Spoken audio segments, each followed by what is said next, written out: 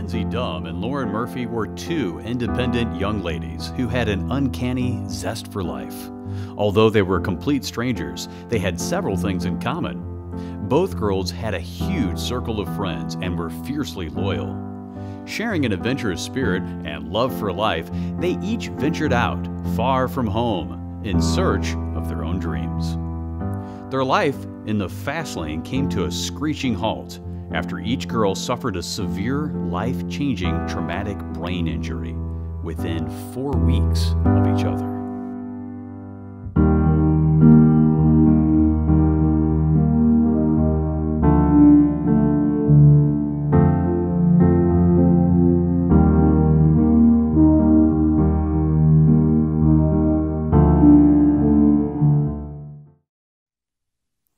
Independent seemed to be Lindsay's middle name. She was always willing to try new things. She was fearless and loved adventure. After graduating college, she felt a strong desire to travel the world. She stumbled upon an au pair program where she had the flexibility to pick a country and the agency which would provide the connection and structure to the program. Families would provide room and board, along with a small allowance in exchange for teaching their children how to speak English.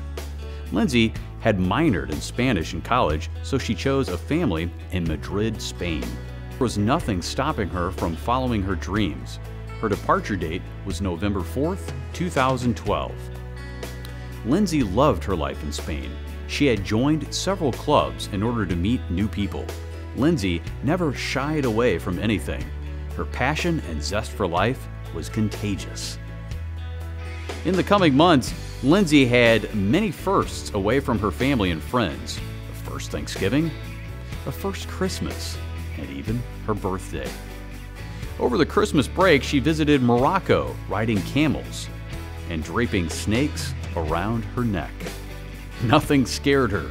She spent Christmas Day in Rota, a Spanish port. Hola, amigos! This is me on the coast of southern Spain on Christmas Day, wishing you a Merry Christmas. Just 2 weeks before her mom was scheduled to arrive for a trip to Paris and Barcelona, she decided to take a mini vacation, enduring a 4-hour bus trip to Valencia, Spain for a festival. She checked into the Purple Nest hostel, where she joined several groups of young people enjoying the festivities. The day was March 17, 2013. After leaving the festival, Lindsay, along with 2 new American friends, headed back to the hostel looking for a quiet place to talk and hang out. All of the rooms were filled with sleeping people. They headed up to the 6th floor landing so they could hang out without disturbing anyone. They had heard fireworks from inside the building. Lindsay noticed a window above her and wanted to look outside to see the fireworks. She hiked her hip up on the railing to give herself a better view. Within seconds of her sitting on the railing, she lost her balance and plummeted over 6 stories. As she fell, she bounced off the 3rd floor iron and wood railing with such force she broke it apart.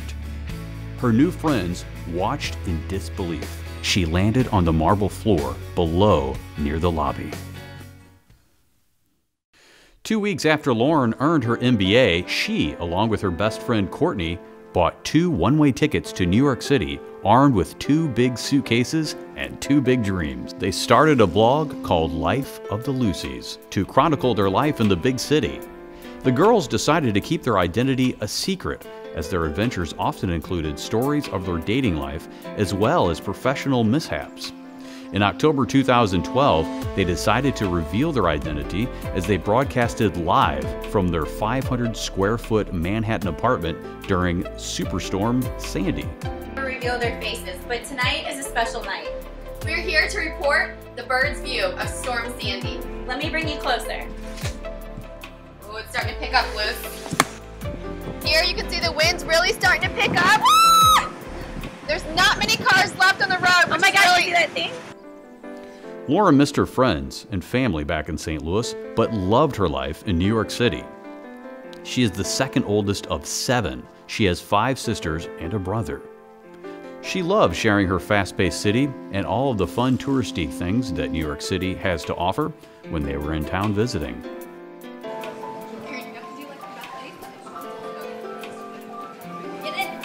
In January 2013, Lauren lost her job. The economy was still reeling, and she, along with several coworkers, were part of a massive layoff. Lauren was resourceful and never the type to bury her head in the sand. She always faced adversity, full steam ahead. Within a few weeks, she had landed her dream job as an account executive for a marketing company. On April 14th, Lauren ran a half marathon and had her best time yet. The previous week, she found out that she had been accepted into the New York City Marathon. A few days after the half marathon, Lauren headed to Los Angeles for a business trip. She was excited to have the chance to explore LA and hike at Runyon Canyon. On April 19th, 2013, she left her hotel for a morning run. She had her cell phone, her earbuds, and an awesome playlist.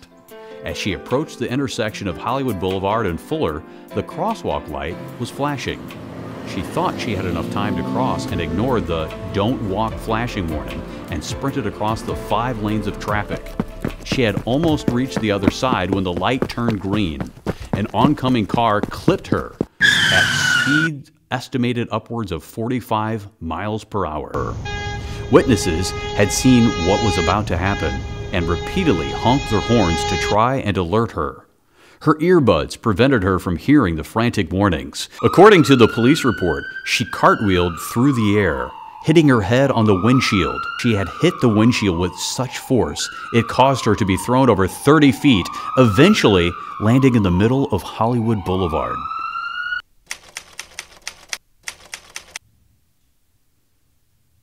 My phone rang and it said it was Lindsay, which I'm like, wonder why, because her being in Spain, we did not call each other. We did WhatsApp. By the time I grabbed it to answer, she wasn't there anymore.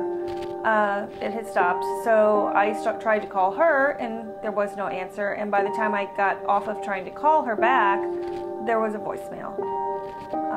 The voicemail was a young man that I did not know, stating that there had been a grave, I think that was the word he used, grave accident. And some of the other stuff he said didn't make sense to me. That she was in the hospital. He would try to call back to try to reach us, but it was a grave situation. He said that several times, and that's all it said. We looked at each other and realized we got to get there. We got to get to Spain. We were at a loss for even what to do. We were just in shock, I think. So we were just like, we have to go to Spain, like right now. It was like we were in a dream, really. I can remember standing in front of my dresser and not knowing, how long we're going to be there. We called Luke and Lindsay, my son and his wife, and they came over. And I remember him running up the steps as I was putting stuff. I still, like it's yesterday, throwing stuff in a backpack. And him saying, "Mom, is she gonna die?" And I had to say, I don't know, because they didn't know if she would still be alive when we got there. So it was a Friday afternoon. I had just left my office at work and I was driving down the highway and I got a phone call. This is a private number. And for whatever reason, I answered it. Normally it's a telemarketer. I normally avoid those kind of calls, but I answered it. And there was a voice on the other end of the phone, and he identified himself as a detective in Los Angeles. And he asked me how I was related to Lauren Murphy. And my first thought was, what does she do? Why are the police calling me? And then he told me that she had been involved in an accident. And my head was just spinning. I'm driving down the highway trying to process this. And my first reaction, I don't even know why, but I asked, does she have head trauma? And he said no, she does not have head trauma, but she does have some internal injuries. They took her to the hospital, and he had some information for me, a contact of a social worker to call at the hospital. So I got a call from my wife, who was very upset and told me that Lauren was in an accident. She was hit by a car while she was running, and she really didn't know anything else of it, but we had to get out there immediately. So I kind of said a quick prayer, and called the hospital social worker. And when she answered, again, I asked, does she have head trauma? I don't know why, when the detective had already told me that she didn't have head trauma. And her response was, she has severe head trauma. I asked if she was going to die, and her response was, if you're asking me if you need to come, the answer is yes. So I scribbled down the rest of the information, and her name in the hospital system was Trauma Foxtrot 5395. She had been a Jane Doe for hours, which as a mom, it was just really hard to think that my kid had been laying there for so long and nobody knew who she was. I remember coming home and I had to pack a bag, and I just threw a bunch of stuff. You know, I had no idea how long I was going to be there. I didn't know if she was going to live. I didn't know anything. I remember sitting at the kitchen table just with my hands, my head in my hands, and I remember my 11-year-old daughter walked up to me, and it was just so hard for her to see me like that because I'm the strong one, you know, and I just completely crumbled. And I will never forget the look on her face and how scared she was to see her mom like that. We got a flight that was supposed to leave, I think it was around, if I remember right, around 11 the next morning, knowing that it was at least 13 to 15 more hours before we would get there, plus there's a 7-hour time difference. So knowing we really weren't going to get there until Tuesday, and we'd gotten the call in the middle of the night Sunday. We flew to New York, had to actually change airports there to get there the fastest we could. And then we got, just seemed like one thing after another, we got on the runway and sat there for 2 hours because there was ice on the wings. I had tried to call the hospital, and they don't speak English. Nobody speaks English. So they would say, call back and somebody will be here that can translate, and I would call back and nobody could translate. So when I was at Lambert, I got a call from the brain surgeon, and he said that they had to remove a portion of her brain. And my question at that point was, will she ever be able to live a normal life? And his response was, I don't know. So I hung up the phone, and I remember thinking, did they really just tell me they removed part of my daughter's brain? And I just wanted to lay in the fetal position in the middle of Lambert Airport. And I was so afraid of what I was going to be walking into when I got there.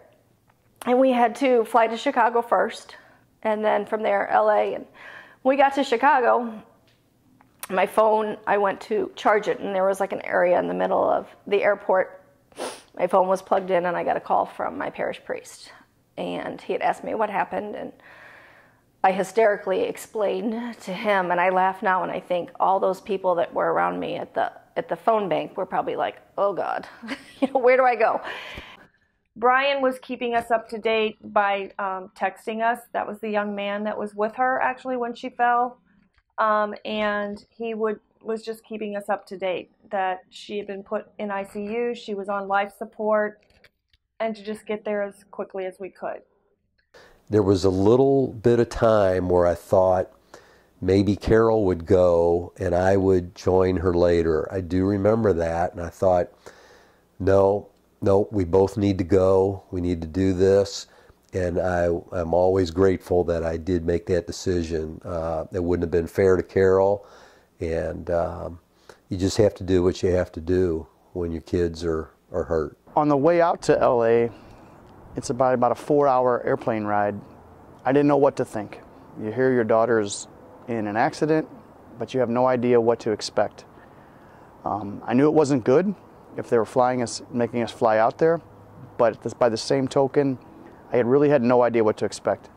On the way out there, I also tried to clear my mind, and I didn't want to have any expectations, good, bad, or whatever. I just wanted to deal with it when I got there.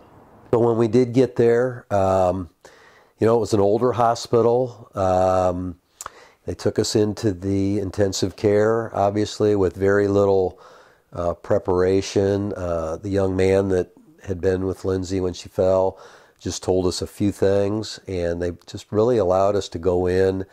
And, I don't know what I expected. The tubes, the monitors, it was more like something from a TV program, something that happens to somebody else, not to your own daughter. And the reality of it, it did hit me. I became emotional. I had to lean up against the wall. I wanted to tell her that I loved her, and the words wouldn't come out. But everything's different there. They don't let you stay with the patients like they do here in the United States. But they ushered us in because they'd been waiting for us to get there. And she was surrounded by all kinds of machines. She kind of looked like an angel. I mean, we didn't know what to expect, having fallen over 6 stories. But she really didn't have any marks on her. It was like, we're just like, kind of like, she was just covered. She was covered with a sheet. She had all kinds of course, tubes and things going into her head, her mouth, her nose, her lungs. So they just let us go in privately at first. And I just went up to the bedside and took hold of her hand. And poor Rick, he, you know, we don't know anything about, can she hear us, or does she know we're here? So he was concerned that we needed to be strong for her. And he was crying and didn't want her to know that. So he went over to the window of the ICU and stood there while I stood next to the bed holding her hand and talking to her, because he didn't want her to hear him crying. And again, you know, you don't know if a person can hear you or not, and she doesn't have memory of it, so I don't know if she could or not, but we just told her that she was safe, that we were there with her, and that we weren't going to leave her, and that we were going to stick together through this until she got well. So we ended up having to call somebody. They sent a nurse down to meet us, walk us up to the facility where Lauren is. First thing we did is meet with a doctor, and the first thing that he told us was, your daughter is the sickest person in this whole building. So that kind of prepares you for the worst. And when I walked into the room, that's what I saw. My daughter is laying there immobile in a bed, not moving. Machines are breathing for her. She has tubes coming in and out of her. Her hair is a bloody mess. And it's very shocking when you see that. Finally arrived, and we walk in the room, and I couldn't even recognize her. I mean, she was in a collar, and she was hooked up to everything, and the only thing that looked like her was her little nose. It was like the only part that wasn't swollen or damaged, and even her hands were swollen from all the fluid. Nothing looked like her, and I think I kind of prepared myself. I knew how bad it was because I had heard the social worker and the tone when she told us that we needed to get here, so I knew it was bad. I think my husband had no clue what he was walking into, and when he saw her, and when that doctor came in, he had to sit down. He almost fainted. To me, the hardest part about, and probably for anybody with brain injury, a traumatic brain injury of that level, which is the most serious level of brain injury, is that there's not any answers. The doctors tell you every brain injury is different, and we have certainly learned that as we've progressed, but that they can't tell you how much of the brain will heal and how much won't. So early on, it was pretty much touch and go. From the beginning, I was afraid to sleep. I didn't want to go to sleep because I didn't know if I didn't want her to die while I was sleeping, and thought, you know, I'm out in the waiting room sleeping, and she's in there fighting for her life. I think it was 4 days before I had finally went to the hotel and changed my clothes. Lauren's roommate arrived, I think on day 2 or day 3.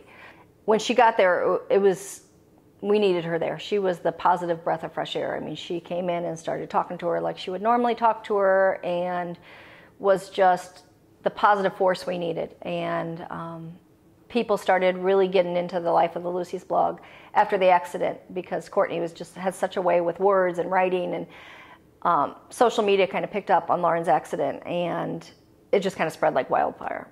They showed us a test result that it showed her brain, and the whole brain was pretty much white all over, and they said the white is injury or broken connections, neural connections. And we can't tell which is which, and if they're broken, they won't heal, so we can't tell you what her prognosis is. So how do you plan for, hope for, set up ways to overcome when you don't know what it is that you're overcoming? So in the beginning, the first few days especially, the nurses would come in every hour and do a neural check. They would have to pinch her to see if she would move, to see if she would respond to pain, and they would always check her pupils with a little metal flashlight. And I knew enough, I mean, I don't have a medical background, but I knew enough that if her pupils were blown, that was bad, and that, you know, her brainstem had herniated and she was brain dead. So every time they would come in and check her pupils, my heart would just race. I mean, it was just such a scary thing for me that I just knew, and I would just pray, and I would just sit there, and I would literally hold my breath as they're checking her pupils. And I believe it was, the right pupil was way bigger than the left, because the damage was over on the left. And they would measure it, and the nurse's flashlight kept going out. So he would go to check it, and then he would have to bang the flashlight on his hand.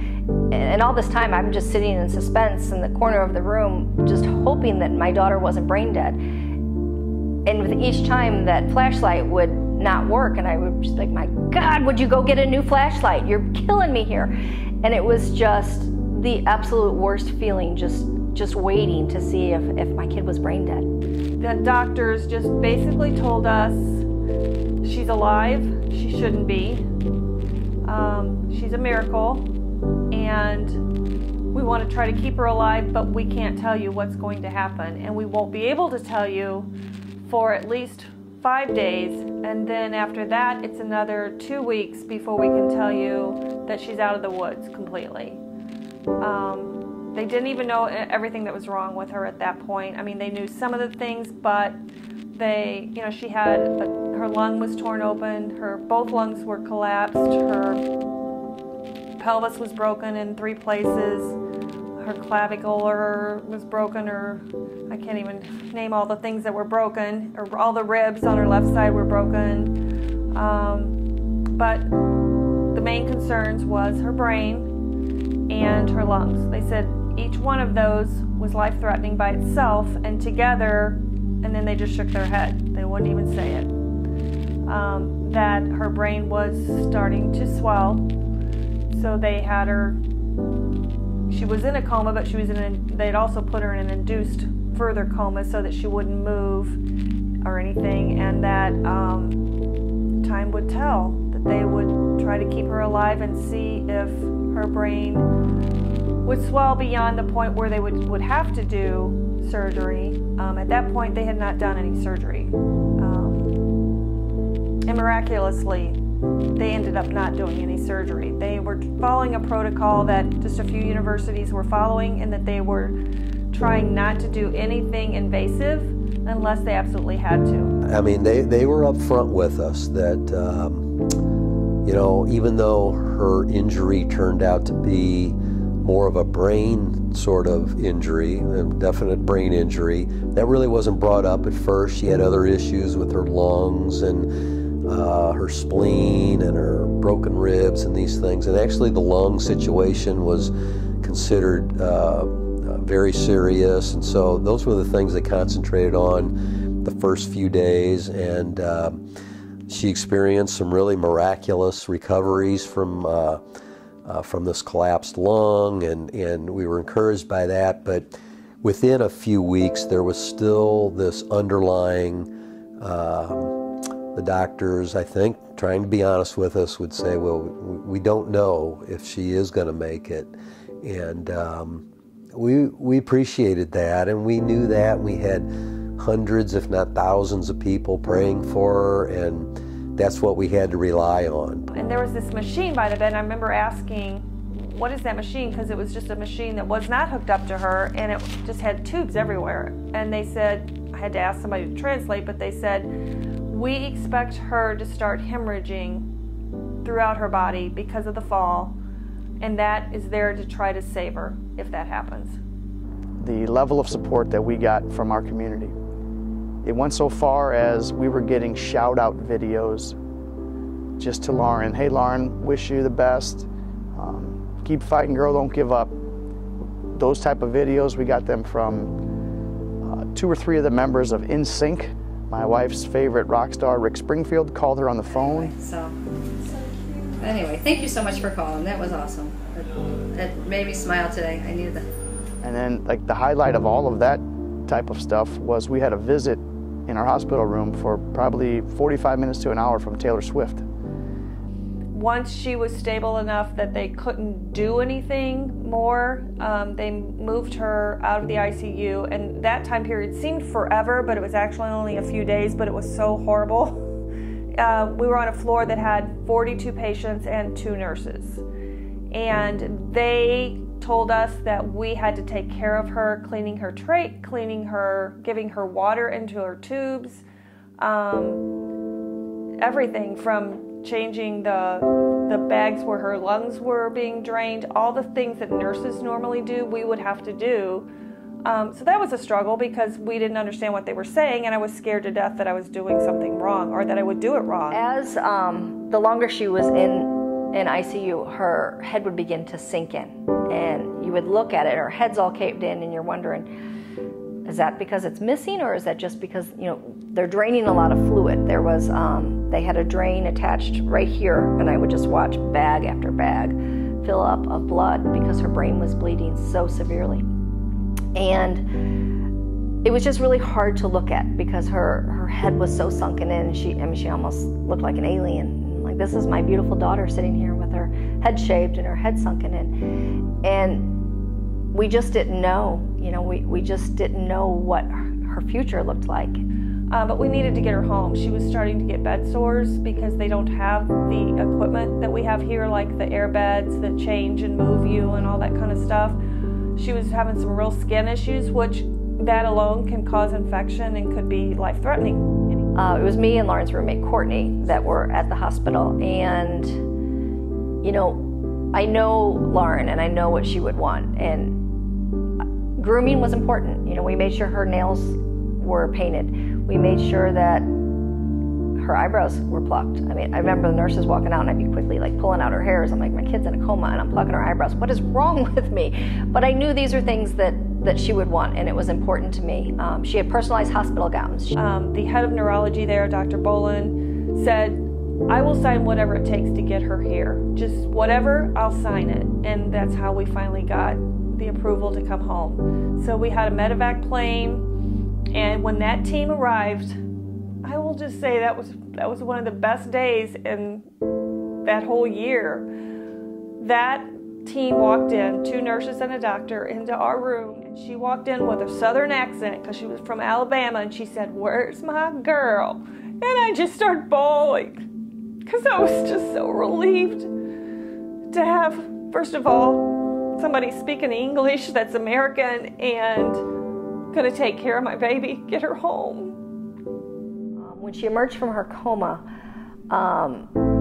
you know, she opened her eyes and we were so excited, but just blankness. Those beautiful blue eyes were just completely blank. You know, it wasn't like the movies. When she woke up from her coma, she didn't ask for a cheeseburger.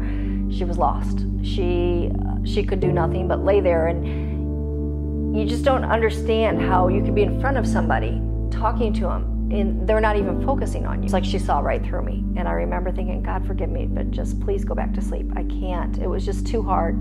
It was just too hard to look at. We flew into Lambert, and then the ambulance met us there, and they took us to the hospital, and it was just amazing to feel. We are very thankful for our country.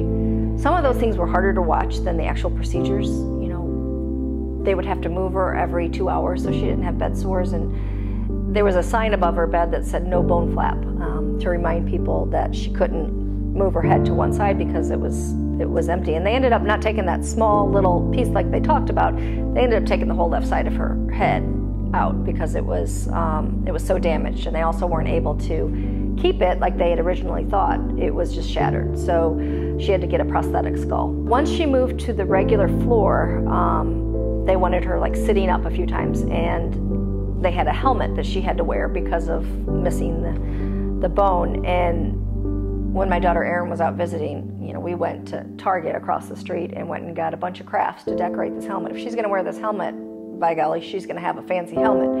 And I look back now, and she looks ridiculous in this helmet. I think we had a crown on it, and we had her name across the top, and I thought, she has no idea what's going on, but we have her in this fancy, stupid helmet because, again, there was nothing we could do for her, and we just wanted her to feel special. When we got out of ICU, we were in the regular room, and she was watching TV.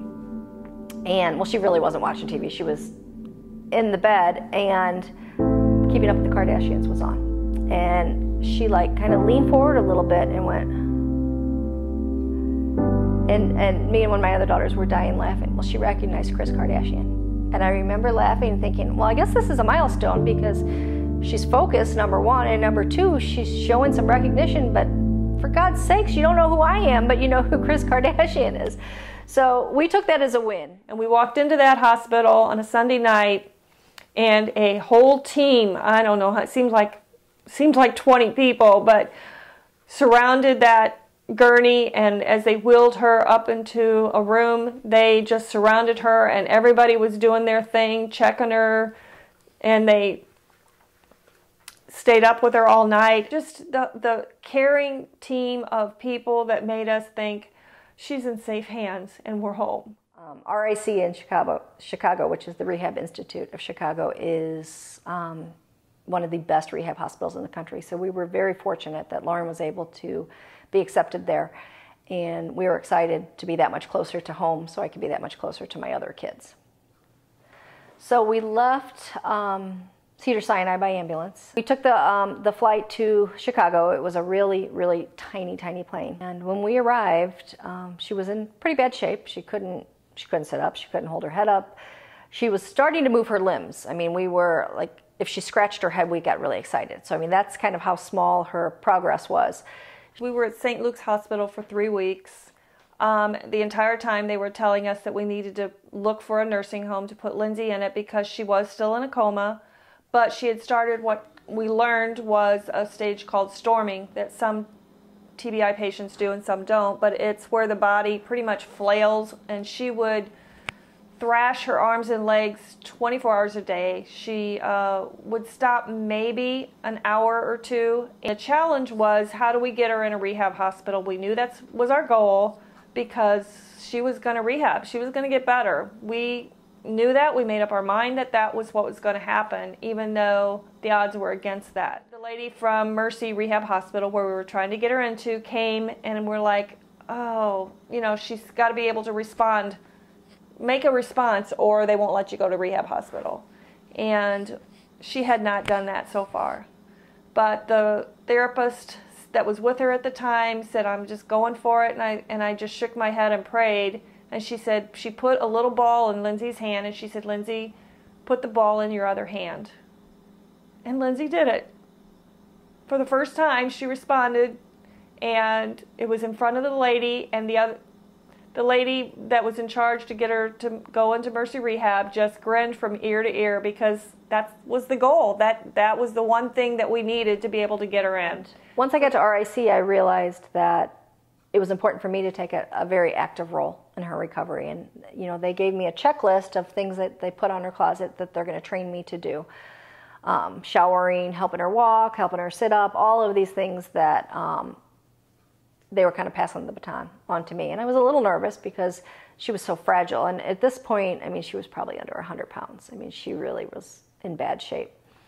And once we got there, it seemed like she started moving along rather quickly. Then we went to Mercy Rehab Hospital for 2 months, and that's the longest you can stay there. That's the ultimate amount that any insurance will pay for, and it was tough. She did start opening her eyes, but it was not like the movies. We would hold her up to sit up, hold her head up, because she couldn't even hold her head up, had a wheelchair that held her head up but was leaning back so that she wouldn't fall out of it. Physical therapy, I remember the first day she worked with her PT. He stood her up and she took a step. And I remember him saying, well, I didn't expect that to happen. And again, I thought, don't underestimate my kid. So, I mean, obviously he was still holding her. It wasn't like she had any balance whatsoever. Her head was hanging down, but she took that first step. So she seemed to do well. We would put her on the parallel bars and, walk with a wheelchair behind her in case she fell. And her feet kind of would go one in front of the other, even though she wasn't really even aware of what she was doing. OT, which was her arm was the biggest problem. Because the injury was on the left, her right arm was stuck like this. Even when they did surgery for her shunt, when she was under, they tried to straighten it and they couldn't straighten it. It was just completely stuck. So RIC is really good at trying everything. So they did Botox in her arm, and they would put different casts in her arm to keep it straight. Once the casting was done, we would have to keep her in a brace. But they did everything they could to try to get that arm straight. But every day there was progress. There was a lot of really bad times, painful times. And I prayed at that time that she would not remember any of it. It was that tough. That was the hardest, I think, 2 months of all, was that 2 months. She had been in a coma for 2 months, and then the following 2 months when she was coming out of it was the hardest. And she doesn't remember, and I'm thankful for that. After about, 2 or 3 weeks, they do like a big meeting with the parents and all of the therapists, and they kind of go through the assessment on where your kid is and where they see her in the future, and what their game plan is, and what they're going to do to try to piece them back together. He had basically told us that her arm is always going to be stuck in this sort of way. It's always going to be pretty spastic because the injury was so severe on the left, and that she would probably never understand words. She had a condition called aphasia. They removed the portion of her brain they removed was the language portion. So he said it's like you're always talking German to her or Chinese. She can't understand anything you're saying. And at this point, she was still nonverbal. She couldn't really respond to anything. She couldn't talk. He said she'll probably always be in a wheelchair. She won't ever speak again, and her injuries are just really severe. But he did say when he looked at her paperwork before she came, he was surprised to see that she was in better shape than what her records indicated. And she's so much more than her medical records, and I knew that from the start. So I remember after the meeting, talking to my husband, and he was like, it is what it is, and I was like, no, they're wrong.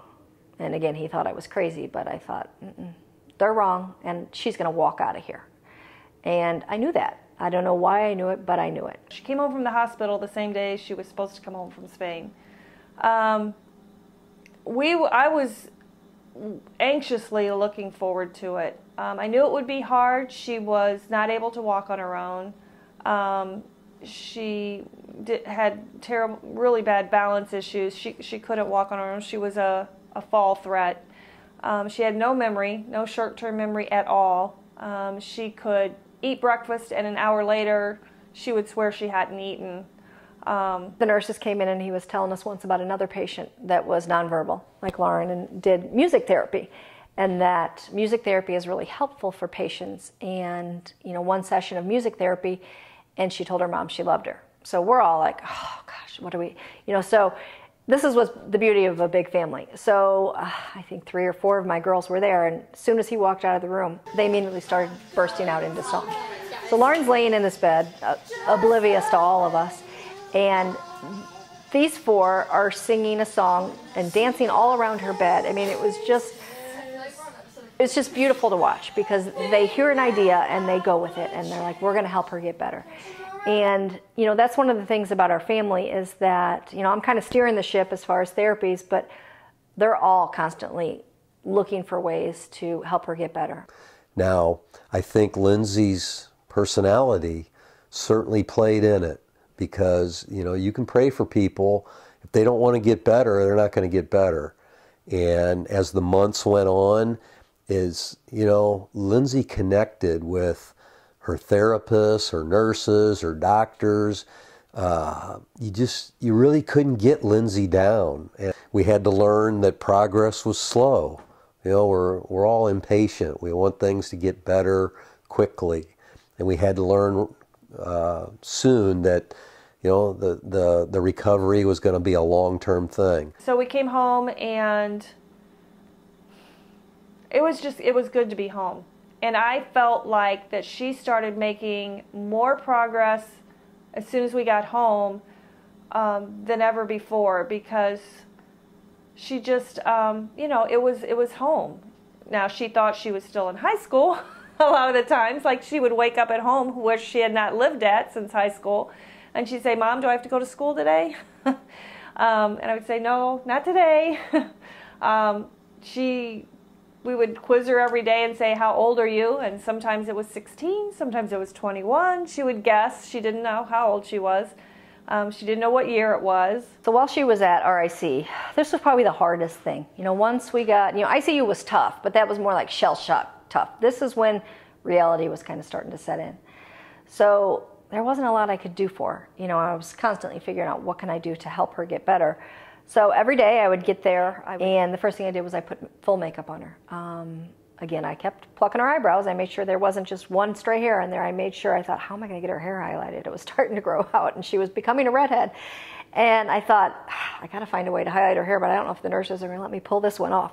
So every morning I would put full makeup on. And again, I think they thought I was crazy. And before her PT would come, I would put fresh lipstick on. I'm like, it's a game changer. She'll do much better with fresh lipstick. So I had taken over at this point. I was able to help her walk, and, you know, everything that they did in therapy, you know, I thought she's getting 5 hours of therapy, but if I learn how to do this, she can get 12 hours of therapy. You know, clearly I'm not an expert, but I can try to help stimulate her. And I took over her showers, and I shaved her legs every day. And I mean, it was backbreaking. And I remember thinking, oh my God, I haven't shaved my legs in 3 weeks, but I got hers done at least every other day. So I think it was July 3rd, it was 4th of July weekend. We were walking the halls during therapy, and she had a grand mal seizure, which was really, really hard to watch. And her sister Erin, who was in nursing school, was with her as well. So it was me and her PT and Erin. And I remember during the seizure, you know, I'm like, her PT's with her, I'm like holding her, and I kind of looked at him like, what am I supposed to do? You know, they're calling for a gurney, no one could find the gurney, they're calling for the meds to stop the seizure, no one could find the key to unlock it to get the meds. And I look over, and my Erin was just like up against the wall crying. And I just felt like, I have 2 kids here that I need to help, and I feel like I can't help either one of them. So it was just a really, really tough day, because it was just a reminder of, just when you think you're out of the woods, there's boom, you know, there's more that we still have to deal with. So we finally got our discharge date, the end of August. I think it was August 24th. So now we're ready for therapy and recovery. What do we do to help her get better? That was what our life was about. And general, normal speech therapy, occupational therapy, physical therapy, those are all good, and we had amazing therapists for Lindsay. They, you know, God just put the right people with her that she clicked with, and they were awesome.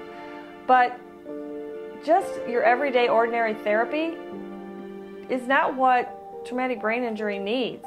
I mean, they need that, and for the first year, she did that full time. When patients first call here to Mercy Outpatient Therapy Services, we try to make them feel comfortable and at ease, because their life has changed in a split of a second, and they don't know what to expect. So we talk them through the processes of how long their therapy is going to be, and kind of what to expect when they arrive. When Lindsay first started coming in, she was another young girl that started here in therapy services, and when these young kids come in, it just breaks our heart. When I first met Lindsay, she came into our clinic in a wheelchair.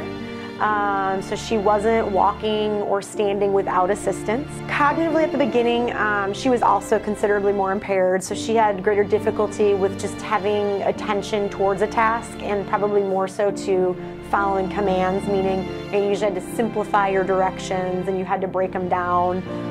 She didn't have that external thought process. It was us as clinicians, we care about these people, we develop these relationships. So we want to make sure that they're safe and successful as well. So I think a big transition for Lindsay was once she was finally able to walk with a device and safely doing that on her own. And then again, when we went to no device and walking on her own completely independently. Lindsay's mom, Carol, she is such a great resource. She has reached out to many of the patient family members out in the waiting room that are dealing with the same situation as far as brain injuries. That's Carol's personality, and her strength is she's just a thorough person, and her love for Lindsay is obviously there, and but to see how she has taken that to the lengths that she has to find whatever Lindsay has needed. You know, she would ask each different therapist, she'd say, you know, what else can we do for Lindsay? What else would help her? And they would mention whatever it might be, whether it was horse therapy or water therapy or any of these different things that maybe most people didn't think of, but all Carol needed was a spark of an idea, and she would run with it, and she would find people that made these things happen, and she would make them happen. The days were really, really hard there. They were long, and she had this bed that was kind of like a cage. You would zip her in every night, because at this point she was becoming more and more mobile, and it gave me peace of mind knowing that, you know, every night I would zip her in. Every night I would lay in bed with her and I would give her a little pep talk and how good she did in therapy and how proud I was of her, and, you know, every day. I don't even think she could understand a word I was saying, but it made me feel better that I gave her that little pep talk every night. And again, she would just kind of stare blankly. I mean, she was able to focus a little bit more now, but there was just no recognition in anything in her eyes. All of her siblings had planned, and they went all over the neighborhood and put flyers in the mailbox. They were so excited that she was coming home. So we pulled down the street, and there was over 200 people lined in the street welcoming us home, cheering us on, which was really just a good feeling. And once we got home, that's when reality sets in. You know, I am now in charge of, you know, and I was doing a lot of it at RIC, but I wasn't in charge of the meds at RIC. The nurses did that. So now I'm in charge of making sure she gets her meds at the proper times. I'm in charge of, you know, every bite of food she took, I had to be a cheerleader because she didn't like the texture of food. So she would take a bite and she would spit it out. And again, you know, she hadn't lived at home for so long. She had been out on her own. I don't know what she likes to eat. But she started speaking a little bit once she came home. It started out like as a whisper. I remember the night she came home, she said, "I'm happy." And I mean, we all just melted. I made grilled cheese for her to eat, and she looked at it and said, "God help me." And I laughed because she was always the one that ate kale. And you know, I'm the mom of all the little kids that make grilled cheese and macaroni, and I remember her saying, "God help me." Like, sorry, I don't know what you like. And when Lauren and Lindsay first started to come to therapy, they were not able to communicate their names, their birth dates, or anything like that. I had actually almost forgotten how many times Lauren got tearful and would cry during therapy. And it's really heartbreaking because in there, I knew that Lauren was in there, and she just had such a hard time with communicating what she wanted and what was frustrating. And there was times where, you know, she'd break down, and it's heartbreaking. It really is. So Lauren, she would be in the middle of one of her therapy sessions, and she would come up to the front desk and want to pay her copay.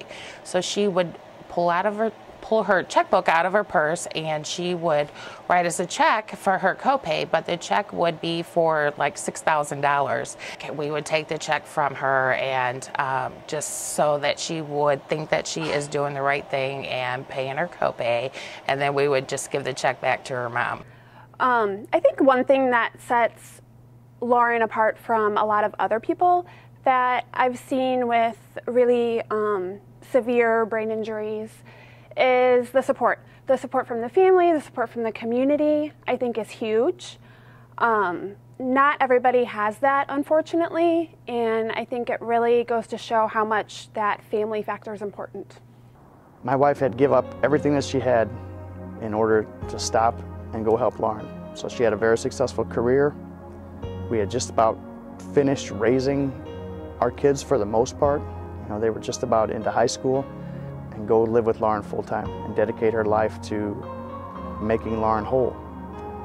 It is, you know, it's hard because my other kids have missed having a full-time mom. You know, that's not the kind of mom that I want to be. I've missed a lot of soccer games. I've missed a lot of school functions. I've missed, you know, my son all through high school. They have a mother-son breakfast, you know, every year. I didn't go to one of them. You know, I was living out of town with Lauren, and he gets it, but I don't. You know, this is something that I still struggle with, and I know that they understand, and I know they know that I would do it for them, but it still doesn't make it any easier. Doctors tell you one thing, like they told us she's never going to walk, she's never going to be able to understand spoken word. My wife would not take no for an answer, basically. I mean, I swear my keyboard on my computer, the letters of aphasia are probably blacked out by now because I've Googled that word so many times trying to find a way to help her, to get through to her. You know, and everything that I've researched, there is no cure for aphasia, but everything I researched doesn't say there's not a cure for aphasia. So I'm just going to take that as we're going to find a way for her to be able to communicate. I mean, it is getting better, but we're not completely there yet. And again, we're going to, you know, we've tried so many different therapies that I feel like we're going to find the right combination. We will get her pieced together one way or another. Did all her own research, hours and hours and hours on the internet, scouring websites, reading chat rooms, listening to people, reading books, to try to figure out how to make our daughter better. We ended up finding a place in Florida that is an aphasia center, and she spent probably 3 different sessions there, 6, 8 weeks at a time, trying to get Lauren better. And that's a big sacrifice. One is she's doing it for Lauren, I get that. But number 2, it puts a strain on our marriage. It puts a strain on the 6 other kids that she has that also need a mom. What is your first and last name? I gotta think of.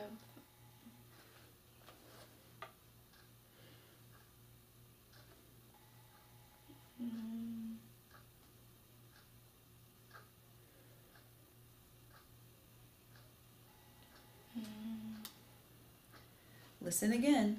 What is your first and last name? 20. It kind of seems like she survived the brain injury, but aphasia was kind of the sucker punch. You know, we didn't know really what aphasia was, and aphasia affects every part of communication. You know, she can't understand the TV, she can't follow it, she can't read. I mean, she can read phrases, but she can't read a book. She can't, every single thing that has to do with language, you know, there's nothing in your life that doesn't deal with language. You got it, come on. Maggie is my telephone. She's not your telephone, she is your, Maggie is my, look at the word. S-I-S-T-E-R. Spells S-I-S-T-E-R is, Maggie is my Sister. Yes. Thank God. Good job, girl. Thank you. Yield a yolk. See what happened a little bit there? Yeah. Do it again. You yield a yolk. So when you want to get, like we're getting louder. I think it's like yield. Lindsay's injury has affected a lot of different people across the world, actually. And in our family, each one of us differently, I think. What we've taken away from it, it's not an injury that just goes away. It's an injury that she will always have some aspects of her life that are affected by it. We're tremendously blessed that she's been able to progress as far as she has. It's amazing. She found a place in Omaha, Nebraska, a rehab, like a facility basically, where they teach you, the patient, how to be as independent as you can possibly be, whatever that means for you personally. And that required my wife and Lauren to move to Omaha for 6 months. I'm sorry, it was 9 months. So what does that mean? That means, like, it's sad when people take their kid off to college and they drop their kid off and they leave. Well, picture dropping your kid off somewhere for 6 to 9 months, and that kid can't talk. They can't express if they're sad, if they're happy, if someone's mistreating them, they can't express that. They can't tell anybody what they want. So my wife gave up her good life at home and moved to Omaha, lived in an apartment, and went to see Lauren every single day. I don't see any reason why she can't become a full-time worker and in something that she really, really wants to do. That's where I see her, you know, not just doing a job to do a job, but something that will make a difference in other people's life or in her own life, and I see no reason that she can't do that too. Where do I see her in the future? You know, that I don't know. But what I do know is that she hasn't stopped yet, and I think for her the sky's the limit. And I think don't underestimate her, because she has got the drive and the determination, and she wants to achieve a lot of things, and I think she still will. You know, they always say to traumatic brain injury, families and people, you have to get used to the new normal. And I always hated that word, new normal. I don't want the new normal. I just want normal. I just want life. And my goal for Lindsay is always, you know, I want her to be happy. Isn't that everybody's goal for their children, regardless if they're handicapped or not, injured or not, to be happy. And Lindsay is so positive and will never stop working to get better, and will use whatever she can do to its fullest. So I don't have to worry that she's going to be happy or not. I just want her to be able to succeed at everything she wants to succeed at. And parts of your brain have connections that are lost. It's kind of like a detour, a road detour. You're going to take the highway to get there the fastest way. Well, the highway's shut down, so what do? You take the service road. You may not get there as fast as you wanted, but you're going to get there just like you would have had you been on the highway. At times it's harder than even normal mother-daughter things, because she needs to be independent, and there's been times she couldn't be, and even now she's ready to be, and it's just not possible yet.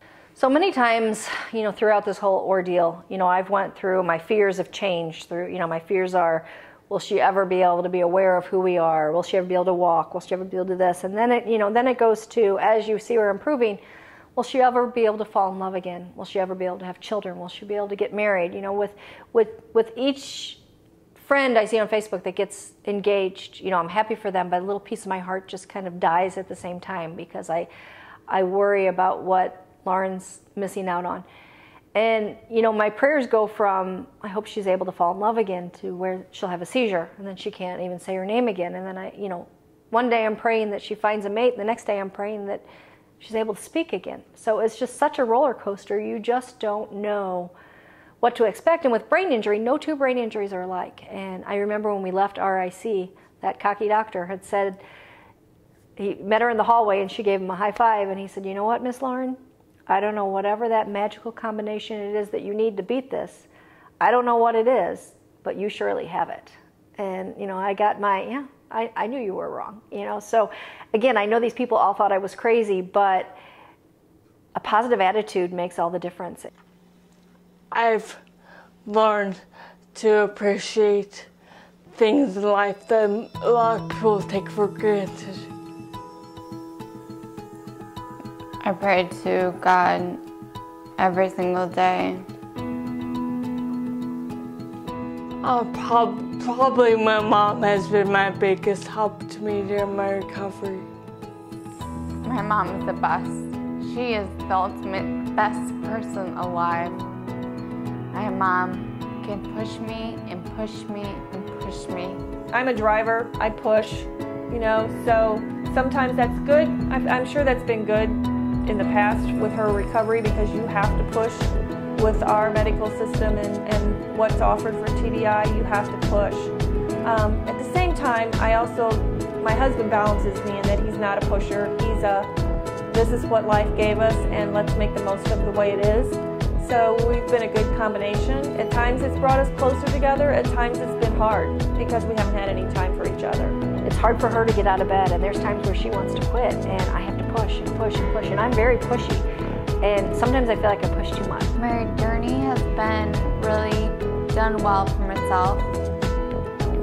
I've done through through a lot.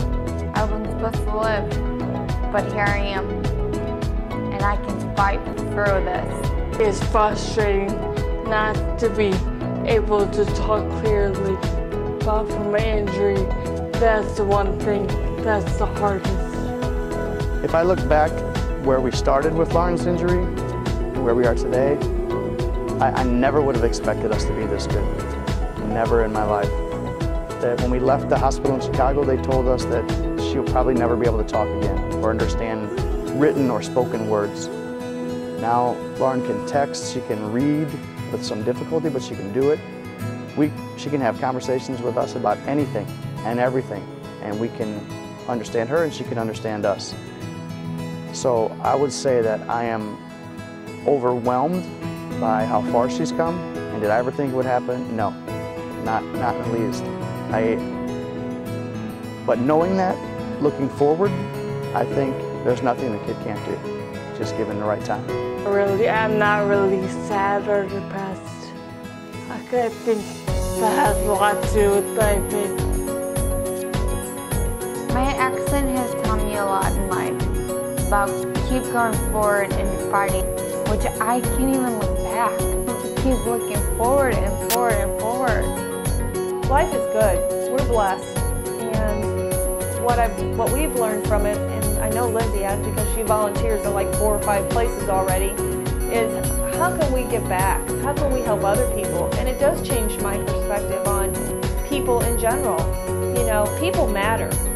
And if one sentence can help somebody else help their day become better, or help their outlook, or if helping them, giving them information about something that we've learned through all this, you know, resources, then we need to be actively doing that and helping other people. Lindsay and Lauren continue to work hard and inspire everyone they come in contact with. In October, Lauren was inducted into her high school Hall of Fame. She practiced her speech for months. 4 days before her induction, a seizure erased months of practice. Yes. Can you say anything other than yes? Can you tell me your name? In true Lauren fashion, she found a way to pull it off and inspired a whole room full of people. She brought everyone to tears with her strength and courage.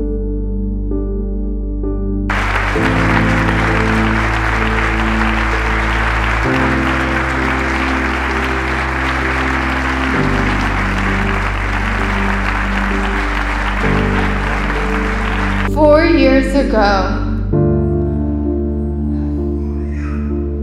I was hit by a car and suffered severe brain damage. I still want to achieve many things, and I will.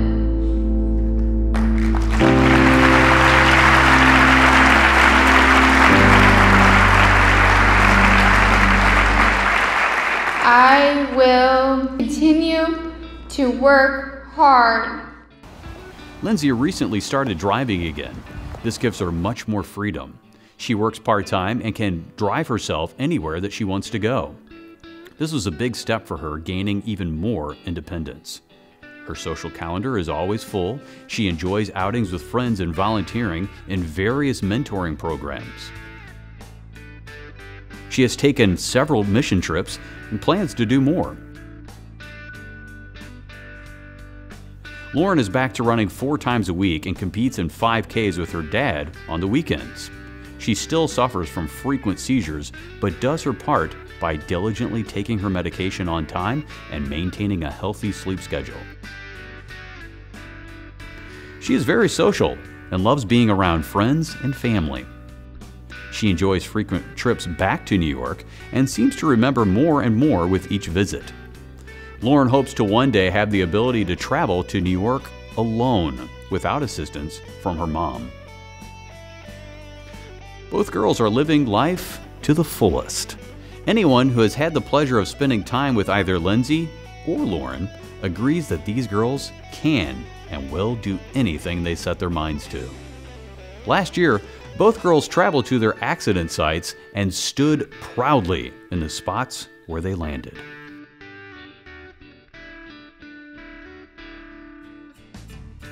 Tough circumstances caused Lindsay and Lauren to exit the fast lane of life and take a detour that many others wouldn't dare to take. Taking the service road isn't always the fastest route, but with time and patience, it still gets you to your desired destination, just a little slower.